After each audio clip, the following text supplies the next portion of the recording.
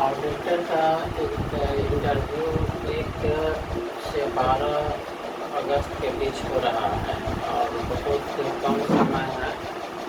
और जो भी ऑडिटर के इंटरव्यू देने वाले स्टूडेंट हैं उनकी तैयारी अब लगभग पूर्णता की ओर बढ़ रही होगी। आज हम इस चीज़ को देखेंगे एक समरी वे में कि हम लोगों को इस शॉर्ट टाइम में क्या क्या देख लेना है जो कि इंटरव्यू के पॉइंट से सही हो, और उसका बार बार रिवीजन किया जाए और उसको बार बार देखा जाए ताकि इंटरव्यू में जो मैक्सिमम सवाल पूछे जाते हैं बोर्ड के द्वारा वो सवाल इन्हीं एरिया से रहते हैं।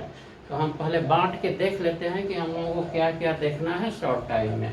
सबसे पहले हम लोग इस चीज़ को एक एरो से समझ लेते हैं। एरो से समझते हैं और पहले पार्ट में हम रखते हैं राष्ट्रीय आय। राष्ट्रीय आय, इसमें हमको राष्ट्रीय आय की परिभाषा के साथ ही जीडीपी, जीएनपी,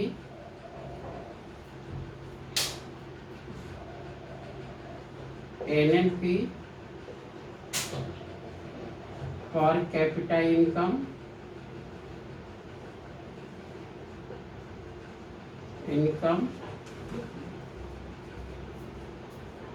और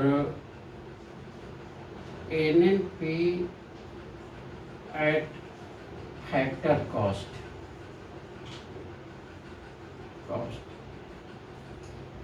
ये मुख्य रूप से हमको देख लेना है। इसके साथ ही हमको देखना है कि राष्ट्रीय आय या आय को मापने की विधि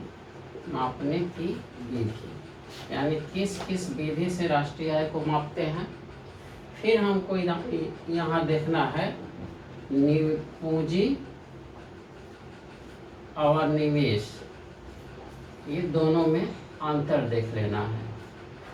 और कभी कभी बोर्ड पूछ लेता है कि निवेश कितने प्रकार के होते हैं, तो यहाँ निवेश के प्रकार भी हम लिख देते हैं। निवेश के प्रकार को आप लोग 2 तरीका से बांटिएगा, एक सरकारी और गैर सरकारी के रूप में, और एक टाइम पीरियड के रूप में यानी कि एफडीआई या पोर्टफोलियो। तो 2 स्तर पर इसको देखेंगे, सरकारी, गैर सरकारी, और दूसरा एफडीआई और पोर्टफोलियो।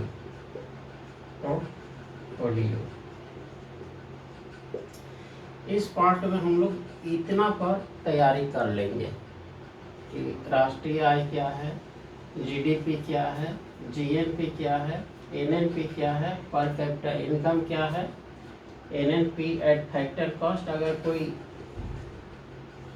इकोनॉमिक्स वहाँ बैठे हों या इकोनॉमिक्स के प्रोफेसर वहाँ बैठे हों तो आप पूरा दिमाग में बैठा रखिएगा कि वो एनएनपी एट फैक्टर कॉस्ट पक्का पूछेंगे, क्योंकि एनएनपी एट फैक्टर कॉस्ट को ही हम राष्ट्रीय आय कहते हैं सामान्य रूप से।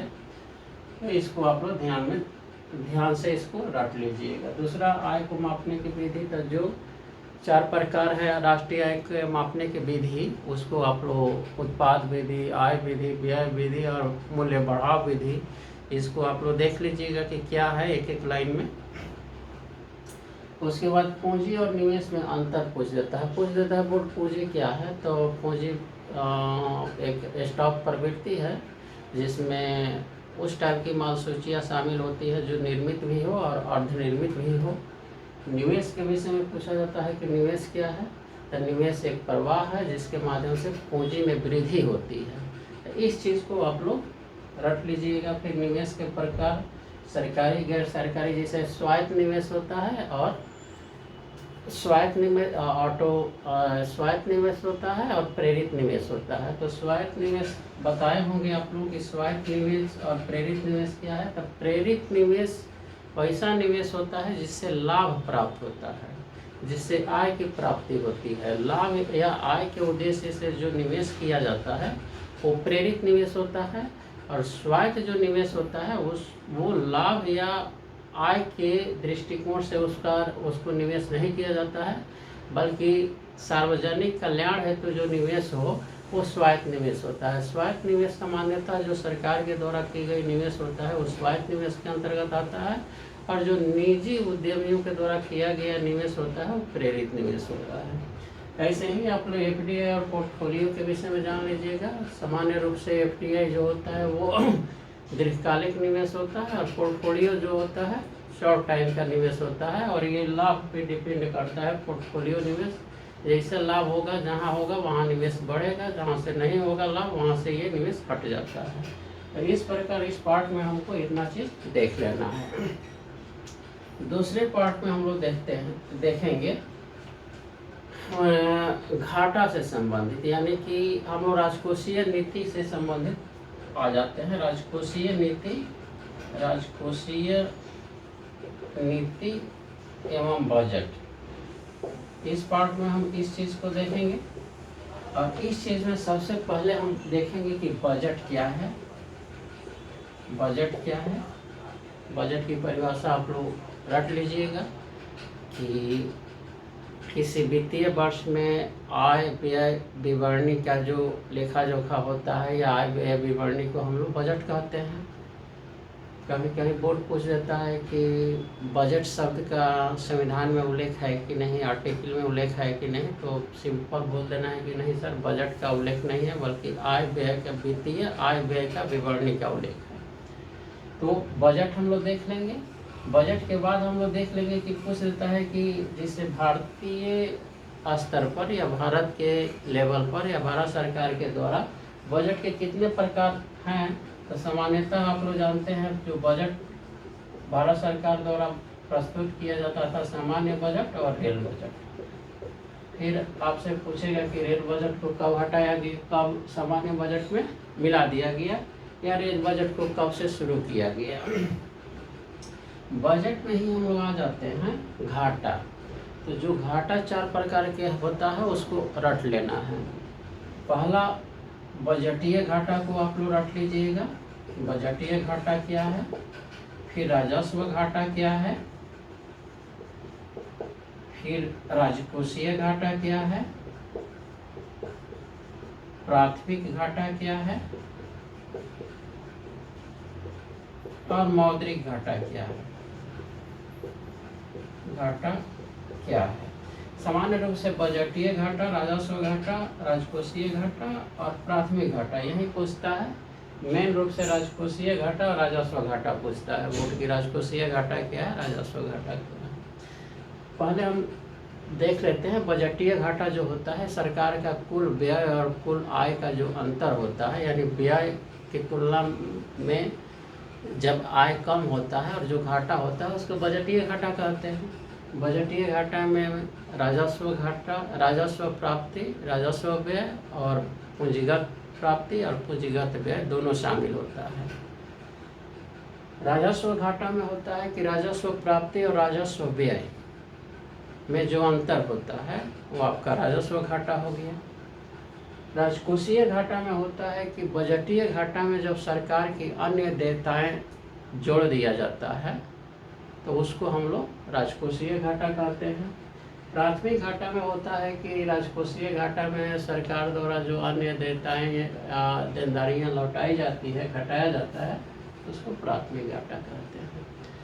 मौद्रिक घाटा में होता है कि आरबीआई द्वारा जो केंद्र सरकार को नए नोट जारी करके जो कार्य करने के लिए या ऋण के रूप में जो मुद्रा दिया जाता है, और जितना मुद्रा आरबीआई द्वारा छाप के दिया जाता है वही आपके मौद्रिक घाटा के अंतर्गत आता है। तो इस प्रकार आप लोग ये 3, 4, 5 घाटे को एक एक 2 लाइन में एकदम स्पष्टता के साथ इसको रट लीजिएगा लोग। इसके बाद यहीं पे हम लोग देखेंगे कि राजकोषीय नीति क्या है। राजकोषीय नीति को आप लोग देख लीजिएगा कि क्या है। राजकोषीय नीति किसे कहते हैं, राजकोषीय नीति के टूल्स कौन कौन है, यानी इसके कौन कौन हथियार है जिसके माध्यम से राजकोषीय नीति को किया जाता है। तो पहले तो राजकोषीय नीति जानेंगे कि क्या है।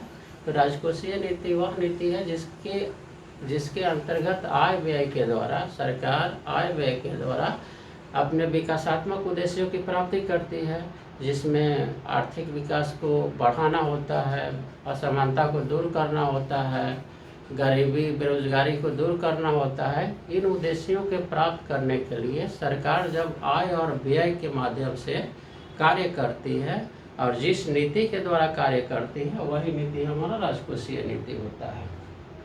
अब राजकोषीय नीति के टूल्स पूछता है तो यही इसका टूल्स हो जाता है आपका ऋण, कर, अनुदान। इसी के माध्यम से सरकार अपना कार्य करती है और इस तीनों को बजट में लाती है। तो मूल रूप से बजट भी इसका एक टूल्स हो जाता है। जैसे सरकार को खर्च करना है, खर्च करना है तो उसके लिए आय की ज़रूरत होती है। तो आय सरकार को कहाँ से मिलेगी? तो सरकार ऋण लेगी, टैक्स लगाएगी या अनुदान प्राप्त करेगी। तो ये इसका टूल्स है।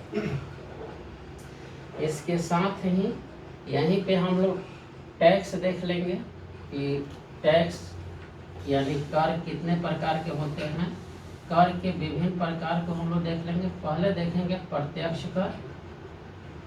कर, दूसरा देखेंगे अप्रत्यक्ष कर,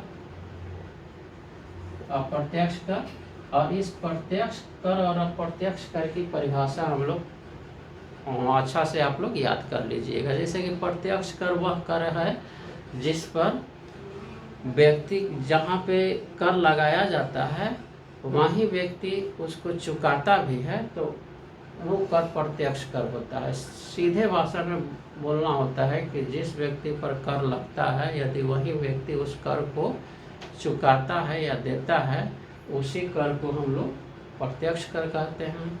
अप्रत्यक्ष कर होता है कि जिस व्यक्ति पर कर लगता है वो व्यक्ति यदि कर को न चुकाकर उस कर को दूसरे पर ट्रांसफ़र कर देता है तो वो अप्रत्यक्ष कर कहलाता है। इसी के अंतर्गत जो पूछता है, एक पूछता है मूल्यानुसार कर, और दूसरा पूछता है विशिष्ट कर।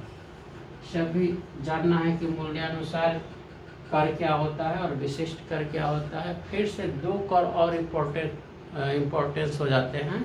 पूछता है कि अवरोही कर आरोही कर क्या है, यानी कि प्रोग्रेसिव टैक्स और रिग्रेसिव टैक्स और तीसरा प्रोपोर्शनल टैक्स। ये तीनों टैक्स के विषय में पूछ देता है। तो आरोही कर वह कर है जिसमें कि आय बढ़ने के साथ साथ कर की दर भी बढ़ता है। अवरोही कर वह है जिसमें आय तो बढ़ता है लेकिन कर की दर कम घटने लगता है। प्रोपोर्शनल टैक्स वह होता है कि आय बढ़े लेकिन कर नहीं बढ़े, तो वो प्रोपोर्शनल यानी कि अनुपातिक कर कहते हैं। यानी कि अवरोही कर, आरोही कर और अनुपातिक कर, ये तीन कर को विशेष रूप से जान लेना है और ये पूछ देता है कि क्या है। चौथा इसमें होता है रिग्रेसिव टैक्स, तो उसको जनरली पूछता नहीं है। तो ये तीन टैक्स को हम लोग को जान लेना है कि आरोही क्या है, अवरोही क्या है और अनुपातिक क्या है, एक कर क्या है। ये तीनों कर के विषय में जान लेना है। इसके बाद हम लोग देखते हैं इसी में राजकोषीय नीति या बजट में ही देखते हैं कि यहाँ से आपको भारत सरकार का बजट और बिहार सरकार का बजट दोनों को देख लेना है कि भारत सरकार का कितना का बजट है और बिहार सरकार का कितना का बजट है। बिहार सरकार के बजट में वृद्धि हुई है कि नहीं हुई है पिछले 5 से 10 सालों में, और अगर हुई है तो भारत सरकार के बजट से कितना कम, कितना गुना, या बिहार के बजट से भारत का बजट कितना गुना अधिक है, ये सब एक आप लोग देख लीजिएगा, क्योंकि इस टाइप से भी सवाल कभी कभी बोर्ड पूछ लेता है। इसके बाद हम लोग आते हैं मौद्रिक नीति पर और बैंकिंग पर। मौद्रिक नीति और बैंकिंग के अंतर्गत देखेंगे कि क्या पूछता है। बंद करें। इसके बाद हम लोग देखेंगे बैंकिंग एवं मौद्रिक नीति। यहाँ से क्या सवाल पूछता है, यहाँ से भी पक्का सवाल हर स्टूडेंट से पूछ ही देता है। पहले आप लोग जान लीजिएगा कि मौद्रिक नीति क्या है,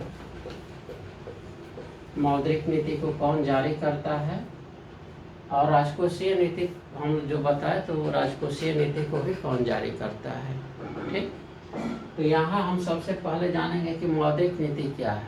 तो सिंपल बात है कि आरबीआई द्वारा मुद्रा के अर्थव्यवस्था में मुद्रा के संतुलन को बनाए रखने के लिए, यानी मुद्रा के मांग और पूर्ति में संतुलन बनाए रखने के लिए कि अर्थव्यवस्था में ना इन्फ्लेशन की स्थिति अधिक हो और ना ही डिफ्लेशन की स्थिति हो, एक संतुलन बना रहे, बैलेंस बना रहे, आरबीआई जिस नीति के माध्यम से अर्थव्यवस्था में मुद्रा की मांग और पूर्ति में सामंजस्य बनाने के लिए कार्य करती है, जिस नीति के माध्यम से, वही नीति हमारा मौद्रिक नीति कहलाता है।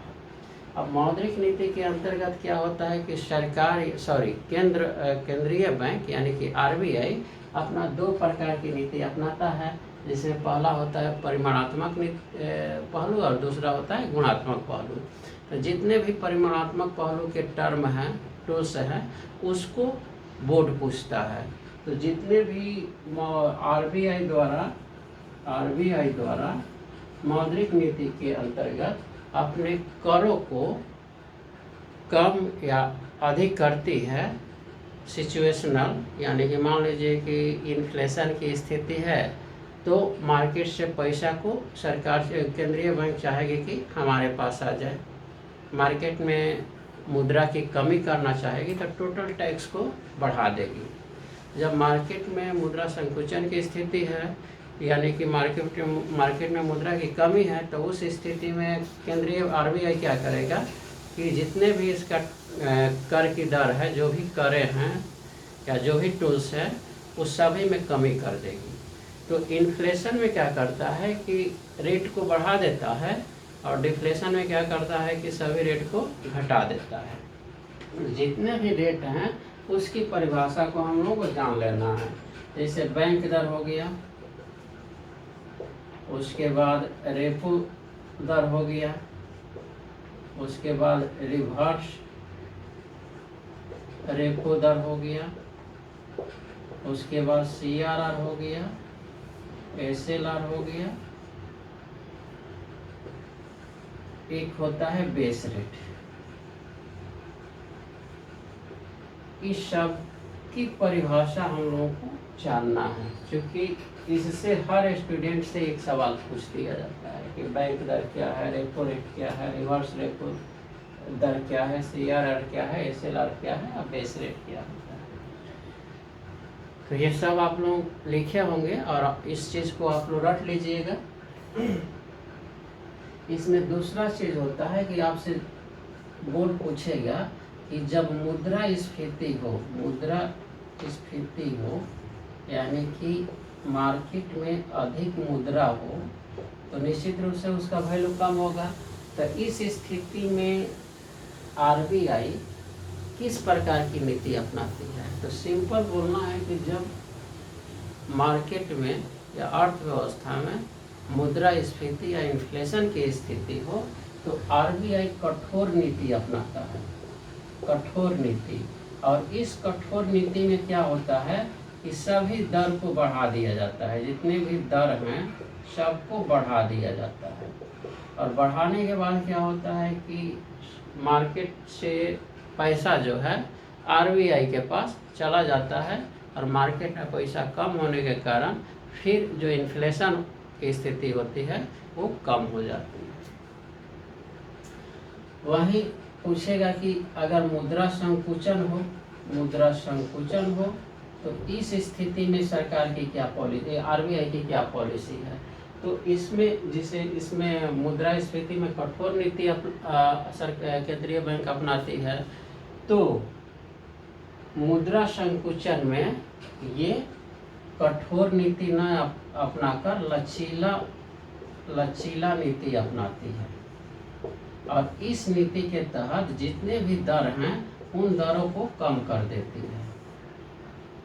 मुद्रा संकुचन का अर्थ हुआ कि मार्केट में मुद्रा का अभाव है, मुद्रा का अभाव है तो मुद्रा का वैल्यू बढ़ गया, मुद्रा की मांग अधिक हो रही है लेकिन उसके अनुसार मुद्रा नहीं है। उस स्थिति में सरकार क्या करेगी, केंद्रीय बैंक क्या करेगा कि सब दर को घटा देगा। तब दर को घटाएगा तो जो भी व्यवसायी हैं या कमर्शियल बैंक है आरबीआई से ऋण लेके वो कमर्शियल बैंक लोगों को ऋण देना शुरू कर देंगे। लोग का जो पैसा है वो बैंक से निकाल कर निवेश करना शुरू कर देंगे, जिससे मार्केट में फिर पैसा आ जाता है, मुद्रा आ जाती है और मुद्रा संकुचन की स्थिति समाप्त हो जाती है। तो इस प्रकार ये दो नीति पूछा जाता है आपको मौद्रिक नीति में कि आरबीआई कठोर नीति कब अपनाती है और लचीला नीति कब अपनाती है। इसके बाद यही हम लोग मुद्रा से संबंधित जितने भी टर्मिनोलॉजी है उसको जान लेंगे। जैसे मुद्रा संकुचन, मुद्रास्फीति, मुद्रा संस्फीति, उसके बाद स्टैगफ्लेशन,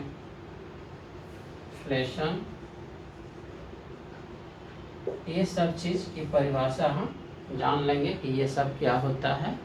और इन सब परिभाषाओं को, इसके परिभाषा को आप लोग रट लीजिएगा। हम वीडियो में, पिछले वीडियो में ये सब बताए भी हैं, तो इस सब को आप लोगों को रट लेना है। इसके बाद हम लोग नेक्स्ट जो चैप्टर होता है, जहाँ से सवाल अक्सर बोर्ड पूछता है, वो होता है आपका मिसलेनियस, यानी कि इसमें माइक्रो और माइक्रो के सवाल आ जाते हैं। जैसे सवाल HDI एक बोर्ड का फेमस टॉपिक होता है कि HDI क्या है, HDI में कितने आधार हैं और HDI जारी कौन करता है, भारत में HDI जारी कौन करता है, विश्व स्तर पर HDI जारी कौन करता है,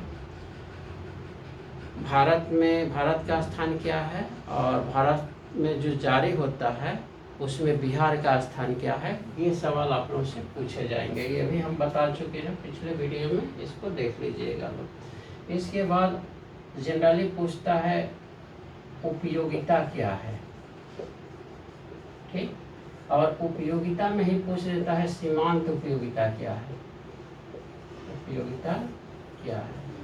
ये भी हम पिछले वीडियो में बता चुके हैं कि वस्तु या सेवा के उपभोग से प्राप्त कल्याण या संतुष्टि जो होती है वो उपयोगिता कहलाती है, और किसी अंतिम वस्तु या सेवा के उपभोग से जो उपयोगिता प्राप्त होती है उसे सीमांत उपयोगिता कहते हैं। तो उपयोगिता से भी आप लोगों से सवाल पूछे जाएंगे। दूसरा होता है कि मांग का नियम और इसके अपवाद, ये भी आप लोग देख लीजिएगा कि मांग का नियम क्या है, अपवाद उसका क्या है। जैसे गिफेन विरोधाभास, गिफेन वस्तुएं जो होती है वो मांग के नियम के अपवाद होता है, तो इसको भी हम लोग आप लोग देख लीजिएगा कि मांग का नियम क्या है और गिफेन विरोधाभास क्या है, ये सब देख लेना है। इसके बाद जो कुछ वक्र होते हैं, जैसे उदासीनता वक्र क्या है, इसकी विशेषता कुछ रख लीजिएगा लोग। ऐसे ही लाफर वक्र देख लीजिएगा लोग, फिलिप्स वक्र देख लीजिएगा लोग, कुजनेट्स वक्र देख लीजिएगा लोग। ये सब वक्र देखना बहुत ज़रूरी हो जाता है कि यहाँ से बोर्ड सवाल पूछ देता है। इसके बाद हम लोग जो देखेंगे कि ये तो हमारा हो गया कि मेनली जो बोर्ड है जहाँ कहाँ से सवाल उठाता है, ये सब एरिया हो गया जहाँ से बोर्ड आपसे 2, 4, 5, 10 सवाल पूछे गए हैं। और जो यहाँ पॉइंट लिखाया गया है जैसे बैंक दर CRR, तो इसको वर्तमान में आप लोग जान भी लीजिएगा कि अभी बैंक रेट क्या है, CRR क्या है, ये सब चीज़ को आप लोग को जान लेना है। मोटा मोटी हर स्टूडेंट को जो इंटरव्यू दे रहा है, जितना बोर्ड पे लिखवाए हैं उसको रट ही लेना होगा, क्योंकि इतना वो रट लेता है तो निश्चित रूप से इससे बहुत क्वेश्चन वो का जवाब बोर्ड में दे देगा। इसके बाद हम लोग आते हैं कुछ व्यवहारिक क्वेश्चन पर, कि व्यवहारिक क्वेश्चन बोर्ड के द्वारा किस प्रकार पूछे जाते हैं, उसकी हम लोग चर्चा करेंगे। बंद कर दो। बोर्ड द्वारा ये जो जितने भी थे फंडामेंटल थे, बोर्ड द्वारा अप्लाइड क्वेश्चन भी पूछे जाते हैं इकोनॉमिक्स से। इकोनॉमिक्स से सबसे पहले जिनका ऑप्शनल इकोनॉमिक्स है, तो उनको अपना तैयारी कर लेना होगा कि आपका सब्जेक्ट यदि इकोनॉमिक्स है तो आप इकोनॉमिक्स का ऑडिट करने में कहाँ उपयोग कर सकते हैं। ऑडिट जो कीजिएगा इकोनॉमिक्स का कहाँ प्रयोग कीजिएगा, इकोनॉमिक्स आपको ऑडिट करने में कहाँ सहायता करेगा। तो आप लोग जानते हैं कि ऑडिट क्या है। ऑडिट जो होता है किसी भी योजना पर जो आय और व्यय किया गया है, जो राशि आई है और उसका व्यय किया गया है, व्यय सही जगह हुआ है कि नहीं, इसी की जांच करना है। अगर व्यय सही जगह हुआ है तो कार्य सही रूप में हुआ होगा, व्यय सही रूप में नहीं हुआ है तो कार्य सही रूप में नहीं हुआ होगा। अगर व्यय से संबंधित जितने भी पेपर हैं उसमें इंक्लूड है तो इसका मतलब कि कहीं फर्जरी नहीं हुआ है, और पेपर इंक्लूड नहीं है तो इसका मतलब कार्य नहीं हुआ है सही रूप में। तो हमको वहाँ देखना है कि हमारा जिस राशि जिस काम के लिए आई थी, उस राशि का उस काम के लिए यूज हुआ है कि नहीं, यदि हुआ है तो सही रूप में हुआ है कि नहीं, ये ऑडिट करना होता है। इकोनॉमिक्स क्या सिखाता है कि हमारे पास जो साधन है उसका इस प्रकार हम उपयोग करें कि उससे हमको अधिक रिजल्ट मिले, अधिक आउटपुट मिले। पहला ये चीज़ सिखाता है इकोनॉमिक्स। इकोनॉमिक्स ये भी सिखाता है कि हम किसके लिए उत्पादन करें, किसके लिए वितरण करें, क्या उत्पादन करें। तो वही विकास से संबंधित कार्यों में भी है कि जो पैसा आता है उसका कहाँ खर्च हुआ है कि नहीं हुआ है, उसका जांच कैसे करें, किस प्रकार करें। तो इकोनॉमिक्स से हमको एक आइडिया मिल जाता है कि सरकार द्वारा जो योजना शुरू की गई है, योजना के लिए जो पैसा आया है, उस पैसा का उपयोग उस योजना के लिए हुआ है कि नहीं, और हुआ है तो सही रूप में हुआ है कि नहीं, ये इकोनॉमिक्स हमको बताने में बहुत मदद करता है। दूसरा हम लोग कह सकते हैं कि जो अर्थव्यवस्था की हम लोग परिभाषा देते हैं या इकोनॉमिक्स की परिभाषा देते हैं, तो आर्थिक क्रियाकलापों का जो विवरण होता है, जिसका जो व्यवहारिक रूप आर्थिक क्रियाकलापों का होता है, वही हमारा अर्थव्यवस्था है। और इनका जिस शास्त्र में अध्ययन किया जाता है वही हमारा अर्थशास्त्र है। तो ऑडिट चूँकि आर्थिक क्रियाकलाप का एक पार्ट है जो इकोनॉमिक्स के अंतर्गत आता है, तो निश्चित रूप से इकोनॉमिक्स से मदद मिलेगी। तो आप लोग अपना एक आइडिया क्रिएट कर लीजिएगा लोग कि इकोनॉमिक्स सब्जेक्ट है तो उससे ऑडिट में क्या आप लोग उपयोग कर सकते हैं। दूसरा जो अप्लाइड अभी वर्तमान में पूछा जाएगा कि महंगाई अधिक क्यों है, महंगाई क्यों। तीसरा पूछा जाएगा कि पेट्रोल की कीमत अधिक क्यों। नेक्स्ट सवाल पूछा जाएगा कि बिहार एक पिछड़ा या विकासशील राज्य है, कैसे। चौथा आपसे सवाल पूछा जा सकता है कि बिहार के विकास के लिए क्या किया जा सकता है, नेक्स्ट सवाल हो सकता है कि बिहार का विकास दर अधिक होने के बावजूद भी ये पिछड़ा क्यों है, पिछड़ा क्यों है।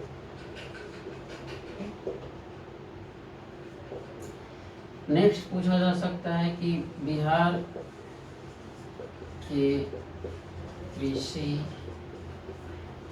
को कैसे बढ़ावा दिया जा सकता है, दिया जा सकता है। इस टाइप के अप्लाइड क्वेश्चन आपसे पूछे जाएंगे। तो निश्चित रूप से महंगाई क्यों है, ये तो सवाल हर व्यक्ति के जेहन में है कि महंगाई क्यों है। सब कोई देख रहा है कि महंगा हर जगह हर क्षेत्र में महंगाई है। तो महंगाई का सीधा सिंपल आप लोग जब आप 3-4 पॉइंट में देखिएगा कि पहला कारण है हमारा पेट्रोलियम पदार्थों की कीमत में वृद्धि, यानी कि पेट्रोलियम पदार्थों या पेट्रोल डीजल की कीमत अधिक होना, क्योंकि इन्हीं के माध्यम से सामान को एक स्थान से दूसरे स्थान लाते हैं, ये ईंधन के रूप में काम करते हैं। तो पेट्रोल और डीजल के कीमत में वृद्धि होने या कीमत अधिक होना भी महंगाई का एक कारण है। दूसरा कारण बताइएगा लोग कि सप्लाई के तुलना में डिमांड का अधिक हो जाना। तीसरा कारण बताइएगा लोग कि रशिया और यूक्रेन युद्ध जो हुआ, अंतर्राष्ट्रीय स्तर पर जो फूड चेन था उसमें दिक्कत हुई, उस चेन टूट गया। और चेन टूटने से क्या होता है कि जो रशिया और यूक्रेन जो ग्रेन्स के विश्व स्तर पर सबसे बड़े सप्लायर हैं, उनके यहाँ से सप्लाई बंद होने के कारण वैश्विक स्तर पर महंगाई हुई और उससे भारत भी अछूता नहीं हुआ। तीसरा कारण दीजिएगा लोग कि जो कोविड हुआ, कोविड का भी इफेक्ट भारत पर पड़ा, क्योंकि जितने भी उद्योग धंधे थे छोटे मोटे सभी ठप हो गए। जो भी प्रोडक्टिव वर्क होते थे वो समाप्त हो गए। तो प्रोडक्शन के हर क्षेत्र में कमी होने के कारण सप्लाई कम हुआ, उसके कारण डिमांड में वृद्धि हुई। तो यही सब दिखा देना है। तीसरा दिखा देना है कि सरकार द्वारा जो जीएसटी लगाया गया, तो जीएसटी भी महंगाई को बढ़ाने में एक हद तक कारण बनता है। तो ये 3-4 कारण आप लोगों को गिना देना है। उसके बाद पूछेगा सवाल कि तो कि पेट्रोल की कीमत में इतना अधिक क्यों है। पूछेगा कि क्रूड ऑयल तो अंतर्राष्ट्रीय स्तर पर सस्ता है, लेकिन अब आपके यहाँ पेट्रोल की कीमत अधिक क्यों है। यहाँ बोल देना है कि पेट्रोल की कीमत अधिक होने का मुख्य कारण ये है कि राज्य सरकार और केंद्र सरकार जितना क्रूड प्रोसेसिंग किए हुए ऑयल का दाम होता है, लगभग उतना टैक्स केंद्र सरकार और राज्य सरकार अलग अलग लगाती है। और साथ ही जो डिस्ट्रीब्यूटर होते हैं उनका प्रॉफिट भी इसमें इंक्लूड होता है, जिसके कारण पेट्रोलियम और पेट्रोल और डीजल की कीमत में वृद्धि हो गई है। तीसरा उसी में दूसरा कारण हो जाएगा कि इसका डिमांड भी बढ़ गया है। पेट्रोलियम पदार्थों का या पेट्रोल या डीजल का डिमांड भी बढ़ गया है, क्योंकि जनसंख्या इतना तेज़ी से बढ़ रही है और वो जनसंख्या जितनी अधिक हो रही है उतना ही 4 व्हीलर 2 व्हीलर का भी डिमांड बढ़ रहा है। तो इन गाड़ियों के अधिकता के कारण पेट्रोल और डीजल के मांग में वृद्धि हुई है। इसके कारण भी आपके पेट्रोल और डीजल की कीमत में वृद्धि हुई है। तो ये कारण मुख्य रूप से पेट्रोल की कीमत में दिखाइएगा। बिहार एक पिछड़ा राज्य या विकासशील कैसे है, तो उसमें दिखाना होता है कि विकासशील देश राज्य का जो कैरेक्टर होता है उसमें प्रति व्यक्ति आय कम होता है, गरीबी होती है, बेरोजगारी होती है, अशिक्षा होता है, जीवन स्तर निम्न होता है, कृषि प्रधान राज्य होता है। हाँ, ये सब जो मेजर कारण HDI का नीचा स्तर होता है। तो ये सब कारण आप लोगों को गिना देना है कि ये सब कैरेक्टर बिहार के साथ जुड़ा है, इसलिए बिहार एक पिछड़ा या विकासशील राज्य है। अब बिहार के विकास के लिए क्या किया जा सकता है, तो आप लोग जो भी जानते हैं कि क्या किया जा सकता है, तो विकास के लिए हम यही ना कर सकते हैं कि अर्थव्यवस्था के जो 3 स्तर हैं, तीनों स्तर को आप लोग बांट लीजिएगा। पहला प्राथमिक यानी कृषि क्षेत्र, दूसरा द्वितीय क्षेत्र यानी उद्योग क्षेत्र और तीसरा सेवा क्षेत्र। तो इसमें दिखा दीजिए कि बिहार में जो उद्योग क्षेत्र है उसमें फुटलूज उद्योगों का ही विकास किया जा सकता है, और उस पर सरकार अगर फोकस करेगी तो उद्योग क्षेत्र में भी हम अच्छा काम कर लेंगे। मेन है कृषि और सेवा। कृषि और सेवा के क्षेत्र में बिहार में बहुत अच्छा बहुत अच्छा पैरामीटर है, और यहाँ पर कृषि और सेवा के क्षेत्र में अच्छा विकास किया जा सकता है। अब कृषि के क्षेत्र में सरकार जैविक कृषि के माध्यम से विकास कर सकती है। जो कृषि उत्पाद होता है, कृषि प्रोसेसिंग विधि के माध्यम से उद्योगों की स्थापना कर सकती है, उससे कृषि को बढ़ावा मिलेगा। फिर नकदी फसल का बढ़ावा दे सकती है, जिससे किसानों को डायरेक्ट लाभ होगा और वे उस फसल का और उत्पादन करने में बढ़ चढ़ के मदद करेंगे। तीसरा है सेवा क्षेत्र। सेवा क्षेत्र में आप लोग दिखा दीजिएगा कि यहाँ पे यदि अच्छे स्कूल, अच्छे इंस्टीट्यूशन, स्कूल, हॉस्पिटल, अनुसंधान केंद्र, पर्यटन, इस सब चीज़ों को अगर विकसित किया जाए तो निश्चित रूप से बिहार में बहुत से ऐसे पर्यटन स्थल है जिसको विकसित किया जा सकता है। बिहार में बैंकिंग क्षेत्र को बढ़ाया जा सकता है। बिहार में अच्छे राष्ट्रीय स्तर के विद्यालय और इंस्टीट्यूशन, हॉस्पिटल खोले जा सकते हैं, जिससे कि बाहरी लोग यहाँ आके उसकी सेवा का लाभ उठाएंगे, और लाभ उठाएंगे तो निश्चित रूप से यहाँ बिहार का आय बढ़ेगा, उससे बिहार का विकास होगा। तो ये सब चीज़ इसमें दिखा देना है। फिर नेक्स्ट हमारा यहाँ आने का मतलब था कि बिहार का विकास दर अधिक होने के बावजूद भी ये पिछड़ा क्यों है। तो इसमें यही बोलना है कि शहर जो भी विकसित राज्य होते हैं उनका ग्रोथ रेट कम हो जाता है, क्योंकि वो विकास की प्रक्रिया को एक हद तक पूरा कर लिए होते हैं। लेकिन जो विकसित राज्य होते हैं उनके यहाँ विकास की प्रक्रिया पूर्ण नहीं हुई होती है, वो एक सीमा से नीचे ही होती है। उसके यहाँ सभी क्षेत्रों में विकास अभी बाकी रहता है। तो वो जो विकास होता है स्टार्टिंग में, तो वो अधिक ही होता है, वो कम नहीं होता है। वो 6, 7, 8, 9, 10%, 12% तक दिखता है कि विकास दर अधिक हो रहा है। यानी कि जहाँ विकास नहीं हुआ है वहाँ विकास अगर होना शुरू हो तो वो तेज़ी से बढ़ते हुए दिखता है, और तेज़ी से बढ़ते हुए दिखता है। और जब ये विकास एक सीमा तक पहुँच जाएगा, वहाँ से विकास दर कम हो जाता है। इसलिए बिहार विकासशील देश राज्य है, जिसके कारण जो इसका विकास दर है अधिक है, लेकिन